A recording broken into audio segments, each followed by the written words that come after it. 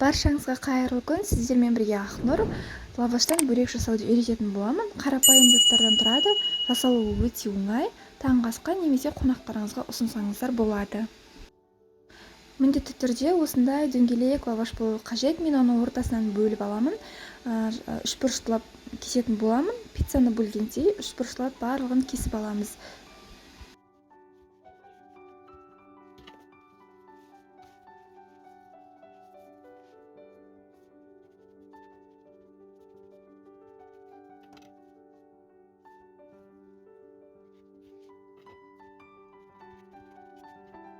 Үлкен дөңгелек лавашты мен 8 бөлікке бөлдім.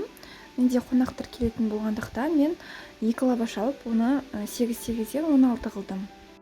Одан кейін мен сырды болса үкіштен өткізіп аламын. Үкіштен өткізбей-ақ 4 бұрыштап ұзынша етіп турап салсаңыздар да болады. Немесе ортасына сүзбе салсаңыздар да болады, колбаса салсаңыздар да болады.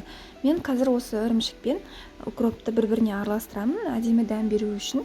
Сол себепті де үкіштен өткіздім. Осы начинкамызды жақсылап дайындап алдым, одан кейін жұмыртқаны дайындап қоямын. Қазір бөрегімізді біріктіру үшін, ашылып кетпес үшін. Жасалуы өте оңай, әрі дәмді болып шығады. Осылай трубочкалар жасайтын боламыз. Сіздер де жасап көріңіздер, әсіресе творогпен жасасаңыздар, бұдан да дәмді болып шығады. Қысып тұрған майда бөректерімізді алдын-артын жақсылап қуырып аламыз.